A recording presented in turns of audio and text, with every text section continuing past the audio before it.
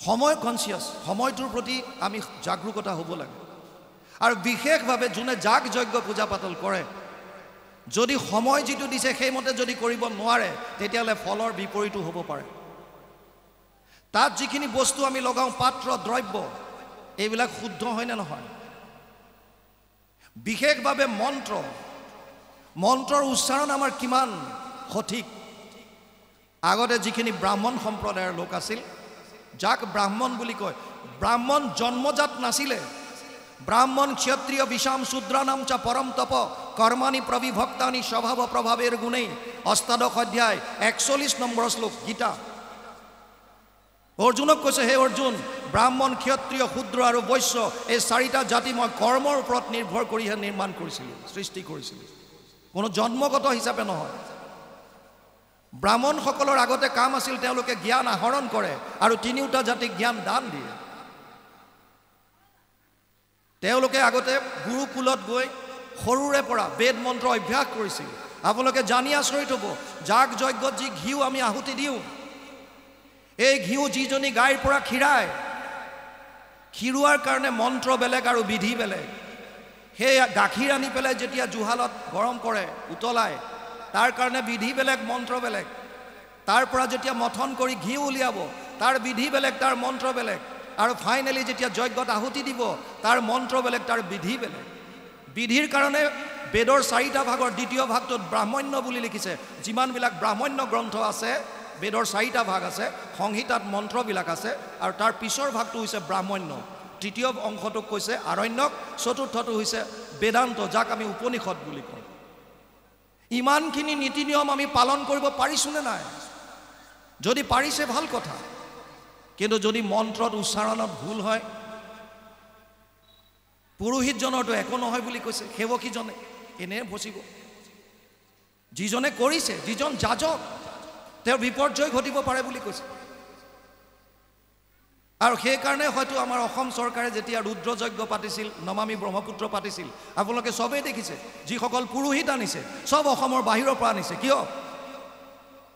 কিয় আনিছে? যাগ যজ্ঞ পূজা পাতলটো ইয়াতো হৈ আছে, ইয়াৰ পুৰোহিতক কিয় স্থান দিয়া নাই? কাৰণ তেওঁলোকে হয়তো অনুভৱ কৰিছে, যদি আমি দিওঁ, যদি বিপৰ্যয় ঘটে, তেতিয়া মোৰ ঘটিব। এই কথাখিনি মানুহে কোনো বুজাই নিদিয়ে। আৰু আমি সাধাৰণ ৰাইজ, আমাক যোনে যেনেকৈ কৈছে আমি সেইফালে গৈ আছোঁ। সঁচা কথাখিনি মানুহক বুজাই নিদিয়ে। স্বতন্ত্ৰ আপোনালোক, কিন্তু কথাখিনি শাস্ত্ৰত কি আছে আমাক বুজাই দিয়াটো, এই যিসকলে বেদজ্ঞ, যিসকল শাস্ত্ৰজ্ঞ, সেইসকলৰতো এটা ডিউটি আছে। তেওঁলোকে সঁচা কথাটোতো ক'ব লাগে। এইকাৰণে ভগৱান কৃষ্ণই উদ্ধৱক কৈছিল, কৰ্মকাণ্ডত নহ'ব। শৌনক আদি 28 সহস্ৰ ঋষি বেদত প্ৰধান। ভাগৱতৰ প্ৰথম স্কন্ধত আছে, 28 সহস্ৰ ঋষি বেদত প্ৰধান। চব বেদজ্ঞ 28,000 ঋষিয়ে 1000 বছৰ যজ্ঞ কৰিছিল। কৰিলো যজ্ঞ 80 সহস্ৰ বছৰ, হোমধুমে ধূম্ৰ বৰ্ণ ভৈলা কলেবৰ, যিটো কৰ্ম কৰোৱাত নাহিকে বিশ্বাস, আপোনাৰ আয়ুস কৰিলো ব্যৰ্থে নাশ। প্ৰথম স্কন্ধ ভাগৱততে পাব। কিয়? তেওঁলোক বেদজ্ঞ হোৱাৰ পাছতো ফলটো নাপালে। আৰু আমি বেদজ্ঞ আজিকালি কিমানজন আছে যোনে সম্পূৰ্ণৰূপে বেদৰ অভ্যাস কৰিছে? আৰু কিমানজন আছে যে জনাসকলে সকলো কৰ্মকাণ্ডত তেওঁলোকে আগভাগ লয়? এইটো সম্ভৱ নহয়। সেইকাৰণে ভগৱান কৃষ্ণই উদ্ধৱক ক'লে, কৰ্মকাণ্ডটো মই ছাইড কৰিব দিছোঁ। কাৰণ কলিযুগৰ মানুহে যি 8টা বস্তু হ্ৰাস পাব, ধৰ্ম, সত্য, শৌচ, ক্ষমা, দয়া, আয়ুস, বল আৰু স্মৃতি, এই 8টা বস্তু হ্ৰাস পাব। য'ত স্মৃতিয়ে হ্ৰাস পালে, য'ত বুদ্ধিহীন হৈ আছে, ভাগ্যহীন হৈ আছে, যাৰ আয়ুস একেবাৰে কম, এইসকল মনুষ্যই কৰ্মকাণ্ডত তেওঁলোকে নোৱাৰিব। জ্ঞান মাৰ্গ আপোনালোকে দেখা পাইছে বৰ্তমান ভাৰতত, মই বাকী দূৰলৈ নাযাওঁৱে। মোৰ অলপ দিন পোষ্টিং আছিল উত্তৰাখণ্ডত, ৰাণীখেত বুলি এটা জেগাত। এতিয়াও হিমালয়ৰ ওপৰত বহুতো ঋষিমুনিয়ে তপস্যা কৰি আছে। মই 92ত SSBত জইন কৰিছিলোঁ। 93ত এটা মোৰ জংঘল এক্সাৰচাইজ হৈছিল। জম্মু কাশ্মীৰৰ এখন জংঘলত কিছুদিনৰ কাৰণে আমাক এৰি দিছিল। জংঘলত যি পাওঁ তাকে খাই থাকিব লাগে তাৰ কাৰণে আগতে ট্ৰেইনিং দিয়া হয় প্ৰপাৰলি কি খাব পাৰি কি নোৱাৰি কোনবিলাক বিষাক্ত কোনবিলাক খাব পাৰি এনেকৈ জংঘলত ঘূৰি ফুৰোতে এটা গুহাৰ সন্মুখত এজন মানুহ লগ পাইছিল মানুহজনক সুধিলোঁ দেউতা আপুনি এই জংঘলৰ মাজত এই গুহাৰ সন্মুখত কি কৰি আছে মানুহজনে কৈছিল এই গুহাৰ ভিতৰত এজন ঋষিয়ে 12 বছৰ তপস্যা কৰিছিল বহু সিদ্ধি লাভ কৰিলে কিন্তু সমাধিত ব্ৰহ্মক সাক্ষাৎ কৰাৰ ঠিক প্ৰাক মুহূৰ্তত এজনী ছোৱালীৰ সংস্পৰ্শত আহিল আৰু তেওঁৰ সম্পূৰ্ণ সিদ্ধি সব শেষ হৈ গ'ল যেনেকৈ লুডু খেলত সাপ খেল সাপত যেনেকৈ জখলাৰে ওপৰলৈ গৈ থাকে 99ডাল দীঘল সাপ থাকে আৰু সেই তাৰ মুখত যদি গুটিটো পৰে একেবাৰে তলত গুচি আহিব আমি ক'লো জেগাটো চাব পাৰিম নে ক'ত কৰিছিল বোলে অন্ধকাৰ ভিতৰত বোলো চাবলৈ বিৰাট ইচ্ছা তেওঁ এটা জুইৰ পোহৰৰ ব্যৱস্থা কৰি আমাক ভিতৰলৈ নিলে আমি চালোগৈ এখন তুলত সেই ঋষিজনৰ ফটোখন আছে তাৰ সন্মুখত এটা ধূপদানি আছে য'ত ধূপ লগাই আমি জংঘল এক্সাৰচাইজ শেষ কৰাৰ পিছত যেতিয়া ওলাই আহিছিলোঁ ওচৰৰ গাঁও এখনত সুধিলোঁ যে মই জংঘলত এনেকৈ বুঢ়া মানুহ এজন লগ পালোঁ মোক এনেকুৱা কথাখিনি ক'লে সত্যতা কিমান এতিয়াও 12 বছৰ ধৰি কোনোবাই গুহাত তপস্যা কৰিব পাৰেনে এতিয়া আমাক গাঁৱৰ মানুহে কৈছিল হয় ছাৰ পাৰে কৰাটো সত্য আপোনাক কোৱা সব কথা সত্য কিন্তু এটা কথা তেওঁ লুকুৱাইছে বোলো কি যিজন মানুহক আপুনি লগ পাই আহিছে আৰু তেওঁ যিজন ঋষিৰ কথা কৈছে সেই ঋষিজন বেলেগ নহয় সেই বুঢ়াজনে সেই মানুহজনে 12 বছৰ তপস্যা কৰিছিল তথাপিতো ফল নাপালে আৰু ব্ৰহ্মক সমাধিক দেখা পোৱা ব্যাসদেৱ যেতিয়া বদৰিকাশ্ৰমত বহি আছিল আপোনালোকে ভাগৱতৰ প্ৰথম স্কন্ধত পাব উগুল থুগুল চিত্ত নাহি সুখ শান্তি নজানন্ত কৃষক মনত গুণি গান্তি সমাধিত ব্ৰহ্মক সাক্ষাৎ কৰাৰ পাছতো তেওঁ শান্তি পোৱা নাই আনন্দ পোৱা নাই জ্ঞান মাৰ্গত শাৰীৰিক বহুত কষ্ট আছে ক্লেশো অধিকতৰস্তেষাম অব্যক্ত অশক্ত চেতসা অব্যক্ত হি গতিৰ দুখম দেহবদ্ভিৰ অভাব্যতে দ্বাদশ অধ্যায় 5 নম্বৰ শ্লোক গীতা হে অৰ্জুন জ্ঞান মাৰ্গত বহুত কষ্ট ঘৰ দুৱাৰ বাদ দি সন্ন্যাস হৈ যাব লাগিব বৈৰাগ্যৰ ভাৱ আনিব লাগিব আৰু ভাৰতত আপোনালোকে চাওক যিবিলাক সন্ন্যাস হৈ ঘৰ দুৱাৰ বাদ দি পেলাই গুচি গৈছে সেইবিলাক আকৌ পলিটিক্সত আহিছে মানে অন্তৰৰ পৰা একো ত্যাগ কৰিব পৰাই নাই ইমান সহজ নহয় সন্ন্যাস ব্ৰত ধাৰণ কৰিবৰ কাৰণে প্ৰথমতে মনৰ ওপৰত কণ্ট্ৰোল কৰিব লাগিব ইন্দ্ৰিয় দমন কৰিব লাগিব বৈৰাগ্যৰ ভাৱ আনিব লাগিব আৰু মনৰ ওপৰত কণ্ট্ৰোল কৰাটো ইমান সহজ নহয় অৰ্জুনৰ দৰে মহাপুৰুষে স্বীকাৰ কৰিছে চঞ্চলম হি মন কৃষ্ণ প্ৰমাথি বলবৎ দৃঢ়ম তস্যাহম নিগ্ৰহম মন্যে বায়ুৰিব সুদুষ্কৰম 6 অধ্যায় 34 নম্বৰ শ্লোক হে ভগৱান মোৰ মনটো অতি চঞ্চল মই বায়ুকো যদি প্ৰতিৰোধ কৰিব পাৰোঁ মনক কণ্ট্ৰোল কৰিব নোৱাৰোঁ অৰ্জুনে পৰা নাই আৰু আপুনি মই যাৰ আমাৰ খাদ্যাভ্যাস আমাৰ আচাৰ ব্যৱহাৰ কোনো য'ত আচৰণত ক'তো সংযমতা নাই আমি কি মনৰ ওপৰত কণ্ট্ৰোল কৰিব পাৰিম সেইকাৰণে ভগৱানে ক'লে এই উদ্ধৱ যদিও 3টা মাৰ্গ আছে কিন্তু এই 2টা মাৰ্গ কলিযুগৰ মানুহে নোৱাৰিব ভাল কৰিবলৈ যায় তেওঁলোকৰ বেয়া হোৱাটো মই নিবিচাৰোঁ মোৰে সন্তান সব গতিকে সহজ উপায় এটা কি আছে সহজ উপায় হৈছে কেৱল মোৰ চৰণত আহক 700 শ্লোকৰ গীতা কৈ শেষত ভগৱানে অৰ্জুনক এটা কথাই ক'লেগৈ সৰ্বগুহ্যতমম ভূয় শৃণুমে পৰমম বচ ইষ্টসীমে দৃঢ়মিতি ততো বক্সামিতে হিতম 8 অধ্যায় 64 নম্বৰ শ্লোক গীতা হে অৰ্জুন তোক এতিয়া মই গোপনীয়ৰ পৰা গোপনীয় কথা কওঁ শুন কি ক'লে সৰ্বধৰ্মান পৰিত্যাজ্য মাম একম শৰণম ব্ৰজ অহম ত্ব সৰ্ব পাপেভ্যো মোক্ষয়িষ্যামি মা শুচ 8 অধ্যায় 66 নম্বৰ শ্লোক গীতা সৰ্বধৰ্ম এৰি এক শৰণ সাক্ষাৎ সুদৃঢ় বিশ্বাসে সখী লৈ কোৱা মাত নকৰিবা ভয় হেৰা কৰোঁ অংগীকাৰ সমস্ত পাপত মই কৰিব নিস্তাৰ 5,500 বছৰ আগত ভগৱান কৃষ্ণই নিজ মুখে কৈ গৈছে এক শৰণ তত্ত্ব অতি দুখৰ বিষয় আজি ভাৰতৰ লগতে পৃথিৱীৰ বিভিন্ন দেশত গীতাৰ আলোচনা হয়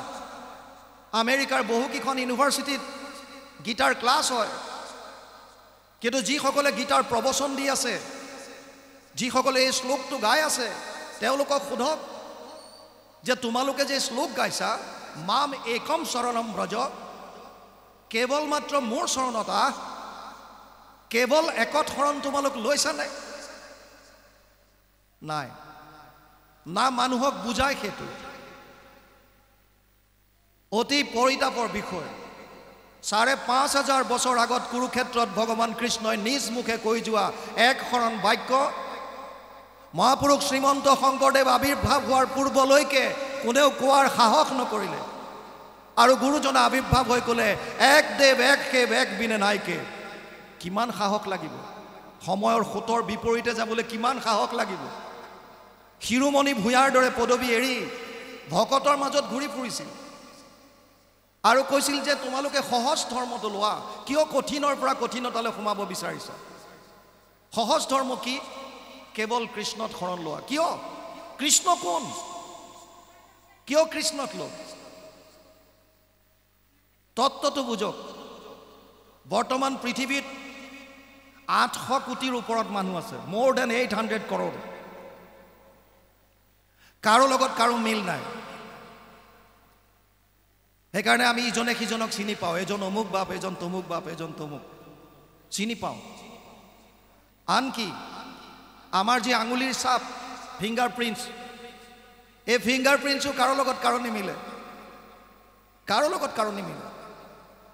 ইমান বৈষম্যতাৰে ভৰা এইখন সংসাৰত এটা বস্তুৰ কিন্তু সমানতা আছে। কি সেইটো? আমি সকলোৱে আনন্দ বিচাৰোঁ। আমাক সকলোকে আনন্দ লাগে। আজি যিসকলে যাগ যজ্ঞ পূজা পাতলেৰে কৃষ্ণক বিচাৰিছে, তেওঁলোকো আনন্দ বিচাৰিছে। যোনে ঘৰ দুৱাৰ বাদ দি সন্ন্যাস হৈ পেলাই পৰ্বতৰ পাহাৰৰ মাজত আছেগৈ, তেওঁলোকো আনন্দ বিচাৰিছে।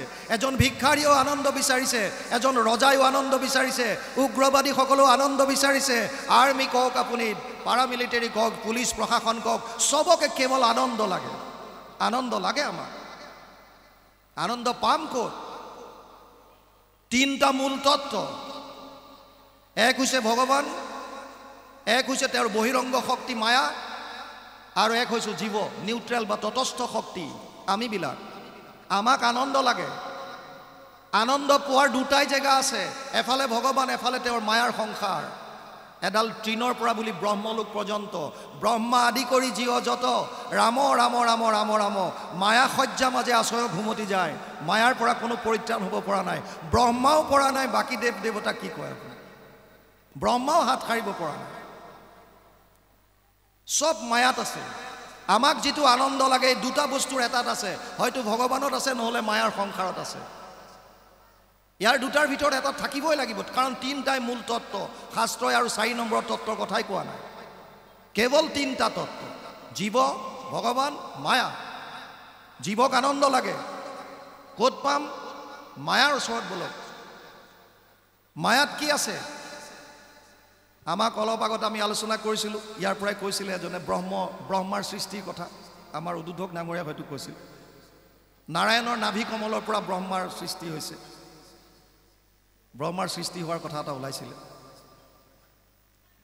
নাভি কমলৰ পৰাই ব্ৰহ্মাৰ সৃষ্টি হোৱাটো হয়। যেতিয়া ব্ৰহ্মা সৃষ্টি হ'ল, ব্ৰহ্মাই 4 মুখে চালে।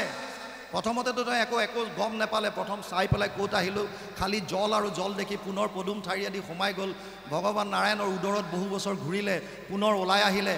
আহি পেলাই এইবাৰ তেওঁ চাৰিওফালে চাওঁতে 4খন মুখ হ'ল, আৰু এটা শব্দ শুনিলে, তপ তপ। তেওঁ বহু বছৰ তপস্যা কৰিলে। ভগৱান নাৰায়ণে দৰ্শন দিলে, বৈকুণ্ঠ ধাম দৰ্শন কৰাই দিলে, আৰু ব্ৰহ্মাক ক'লে, হে ব্ৰহ্মা, হে প্ৰজাপতি, তুমি আগৰ দৰে সৃষ্টি কৰা। ব্ৰহ্মাই মুখ মেলি চাই আছে, আগৰ দৰে কি সৃষ্টি কৰিব, একোৱে মনত নাই। আৰু তেতিয়া ভগৱান কৃষ্ণই, নাৰায়ণে নিজেই তেওঁৰ হৃদিগত হৈ বেদৰ জ্ঞান দিছিল, নিজেই হৃদিস্থিত হৈ। ভাগৱতৰ প্ৰথম শ্লোকটোতে আছে। আৰু তাৰপিছত 4টা শ্লোকত ভাগৱত দিছিল। এই 4টা শ্লোকৰ দ্বিতীয় শ্লোকটোত মায়াৰ বিষয়ে কৈছে। ঋতেৰ্থে য়ত প্ৰতীয়ত না প্ৰতীয়ত চাত্মানি তদ বিদ্যাদাত্মনো মায়া যথা আভাসো যথা তম। 2:9-34, দ্বিতীয় স্কন্ধ 9ম অধ্যায় 34 নম্বৰ শ্লোক ভাগৱত। আৰু ইয়াৰ অনুবাদ সকলোৱে বুজিব পৰাকৈ মহাপুৰুষ শ্ৰীমন্ত শংকৰদেৱে দ্বিতীয় স্কন্ধত কৰিছে। তেওঁ লিখিছে, মায়া মানে কি? অবস্তুক দেখা হয় বস্তুক আৱৰি, এইহে মোহৰ মায়া জানা নিষ্ট কৰি। নাথাকিতো যেন দেখি চন্দ্ৰমা দুটয়, থাকিতো ৰাহুক যেন কেহু নেদেখয়, সেইমতে মায়া আৰ কৰি ঈশ্বৰক, আশাৰ বিষয় সদা দেখাৱে জীৱক। ক্লিয়াৰ লিখা আছে। আমি যি মায়াৰ মাজত সংসাৰত ধন টকা পইচা পুত্ৰ পৰিবাৰ ঘৰ দুৱাৰ ইত্যাদি ইত্যাদিত বিচাৰি ফুৰিছোঁ, এয়া চব অবস্তু বুলি কৈছে।